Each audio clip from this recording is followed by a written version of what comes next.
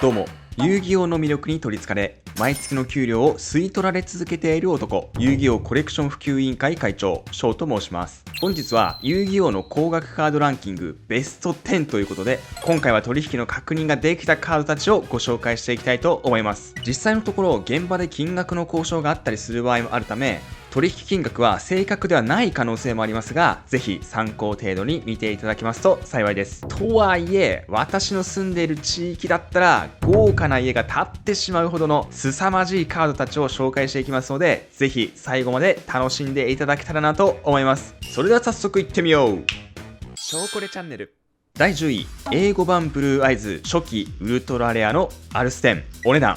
480万円です。第10位にして日本の高級車が買える値段がランクインです。こちらは2001年27号の週刊少年ジャンプで紙面プレゼントされた1000枚限定のブルーアイズとなります。特徴としては初期のブルーアイズのウルトラレアがそのまま英語版表記で収録されており、右下に偽造防止シールのない初期カードの英語版としてはこのブルーアイズとブラックマジシャンのみというね、特別仕様のカードになっています。ちなみにこのアルス鑑定というのは日本発祥の鑑定会社になりまして、カードの状態をグレード1から10プラスで評価をしていきます。グレード10だと当時の状態を保っている状態、つまり完璧な状態に近いとされていますが、10を超えた10プラスは保存状態がさらに完璧な状態に近いので、傷が一切ない完備品クラスとなります。初期のカードでアルス10プラスを取得することは、一般人がラーメンを10玉買い玉して食べきるぐらい険しい道のりなので、アルス10でも十分に当時の状態を保っている備品の状態だと評価をされています。この後 PSA という鑑定品が出てくるので、ついでに20秒で簡単に説明させてください。こちらはアメリカ本社の鑑定会社で、世界で最も歴史のある会社で1から10までのグレードで評価をしていきます。傷だけでなくカードの絵柄が中心にあるか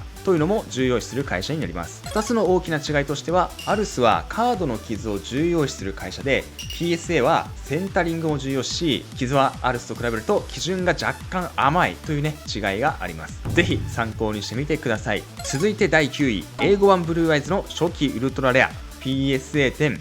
お値段568万円。なんと連続でエーブルがランキング入りとなりました。ちなみに鑑定の分布を見てみると、 PSA10 は49枚出されていて8枚、アルス10は19枚出されていて3枚という結果になっています。現時点だと未だ10プラスはこのように存在していません。ちなみに秋葉原のお店では中国版の初期ブルーアイズのアルス10プラスが980万円でね置いてあるので、もしこの金額で売れたなんてことがあったら、エーブルのアルス10プラスは1000万前後の値段は間違いなくするんじゃないかなと思います。ブルーアイズもブラックマジシャンも英語版の方が中国版よりも高い値段で取引されているので、アルス10プラスなんていうね化け物カードが誕生するのかどうか、今後も目が離せない超高額カードです。一体誰が入手するのか楽しみですね。続いて第8位、千年原人の初期ウルトラレアアルス10プラス、お値段620万円。おいおいおい、ちょっと待て、このカード俺持ってたぞと思った方多いんじゃないでしょうか。皆さんが持っていたカードはおそらくこの千年原人が出た後に復刻されたカードで、プレミアムパック3に封入されているカードではないでしょうか。右下に銀のシールがあるタイプで、スーパーレアとパラレルレアの2種類のレアリティがあります。こちら取引された千年原人は1999年8月26日に開催された遊戯王の大会で配布されたもので、一次予選通過者のみ入手ができた激レアカードとなります。発行枚数が約500枚から1000枚の間ではないかと言われています。千年原人のカード自体はショップでたまに見かけることはあるのですが、傷のないね完璧な状態の千年原人というのは大変貴重なため、グレードの最高得点をつけられた千年原人には大幅な付加価値がついています。ちなみに千年原人は22枚アルス鑑定に出されており、アルス10が1枚、10プラスが1枚ということでね、現時点では唯一無二の世界に1枚のカードとなります。ちなみに販売を担当した方から当時取引した時のお話を聞かせていただいたんですが、購入した方はね千年原人にかなり強い思い入れがあったらしく、愛ゆえに購入されたとのことです。ムキムキの青肌一つ目ロングおじさんに620万円ですよ皆さん。きっと前世は伴侶だったのでしょう。続いて7位、ホーリーナイトドラゴン初期シークレットレア PSA10、お値段680万円。こちらは1999年7月8日発売のゲームソフト、遊戯王デュエルモンスターズ2闇海決闘記の特典カードとなっています。中には銀パックが1枚同梱されていて全10種類です。最も封入率の低いレアなカードが究極完全体グレートモスとなっており、その次にレアなカードとなっています。とはいえホーリーナイトドラゴンも封入率が 5% と言われているので、かなり希少なカードです。 PSA は333枚提出されていて PSA10 が13枚、アルスは109枚提出のアルス10が10枚となっており、10プラスはまだ存在していません。名前に聖なる夜という言葉がついているということもあってですね、クリスマスの時期になると自分のコレクションのホーリーナイトドラゴンをね SNS に投稿する方が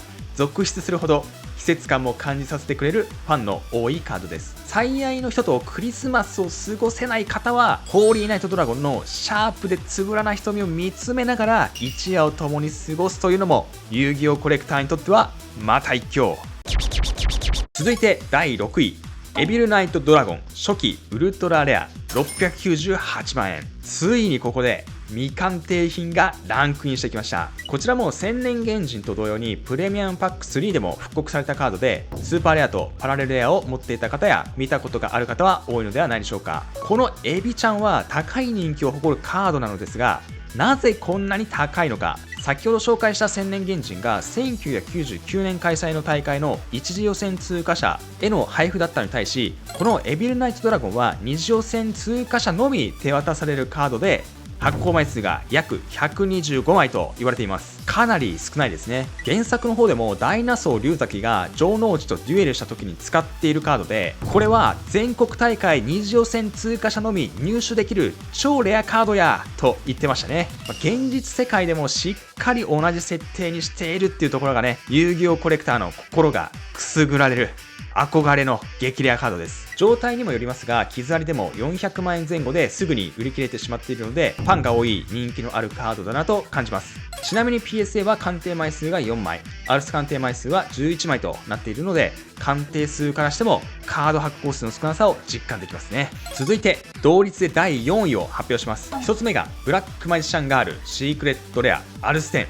1280万円。車ならスーパーカー、地域によってはマンションを変えてしまう4桁万円に突入です。いっちゃってる。こちらは2000年7月13日に発売されたゲームソフト、遊戯王デュエルモンスターズ3トライホーリーゴッドアドバント。こちらの全国大会で各店舗の優勝者が入手できたカードとなっています。その時の枚数が約300枚と言われています。後にジャンプの応募抽選で100枚、そして2018年3月24日に発売されたスターターデッキ2018の初回限定版秘蔵レアカードで10枚、合計約410枚がおおよその発行枚数と言われています。先ほどのエビルナイトドラゴンよりも3倍以上発行枚数は多いですが、やはりね、圧倒的なイラスト人気で世界的にもガールファンが多いため金額も高くなっています。未鑑定品でも500万円前後の取引を都内でよく見かけるので、エビルナイトの金額と同等ぐらいの印象があります。同率4位、2つ目、ブルーアイズの初期シークレットレアアルス10、1280万円。こちらは1999年開催の V ジャンプフェスタで配布されたもので、発行枚数が推定3000枚と言われています。実際の流通数でいうと1000枚程度とも言われてますが、正確な枚数は不明です。ブラックマジシャンガールよりも発行枚数は多いですが、ポケモンで代表的な人気を誇るモンスターがリザードンやピカチュウのように、遊戯王の中でも一番人気を誇るカードがブルーアイズということで、シクガールと同じ値段で取引をされています。 PSA が鑑定枚数142枚、アルスは鑑定枚数62枚となっているので、シクガールの鑑定枚数と比べると圧倒的に流通の多さを伺えます。それぞれ PSA とアルスの鑑定枚数を合計して割ってみると、シクガールと比べて約 3.5 倍の鑑定枚数という数字が出てきましたので、シクガールが410枚の発行枚数だと仮定した場合、 3.5 倍の1435枚、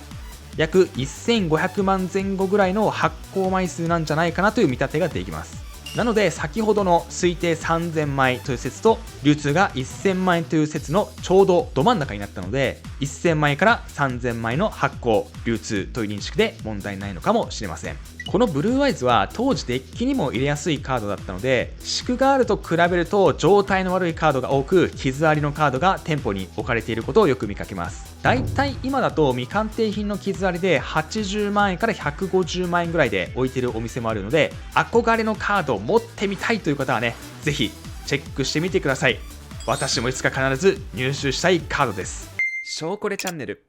いよいよベスト3の発表です。第3位、ブラックマジシャンガールシークレットレア PSA10 1580万円。先ほど第4位で発表したアルステンよりも300万円高い取引価格となります。ちなみにシクガールの PSA 分布がこんな感じです。10は現時点で11枚、アルステンは現時点で5枚となっています。アルステンプラスも今後出てくる可能性はあると思いますが、都内のマンションを変えてしまう値段になるでしょうね。もしコレクターが自力で取得した場合、世に出ることはないと思いますが、10プラスを出すつわものが出てくるのか気になるところです。続いて第2位、メテオブラックドラゴン初期ウルトラレア、値段が